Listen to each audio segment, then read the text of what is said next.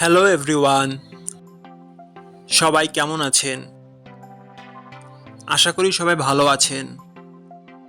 বন্ধুরা, আমরা সবাই জানি যে টাকার রেট ভিন্ন ভিন্ন। মানে কোনো দেশের টাকার রেট বেশি, আবার কোনো দেশের কম। কিন্তু আপনি কি জানেন আজকের দিনে মালদ্বীপের 1 রুপিয়া সমান বাংলাদেশের কত টাকা হয়? আপনার ধারণা কি ঠিক, নাকি অবাক হওয়ার মতো কোনো চমক আছে?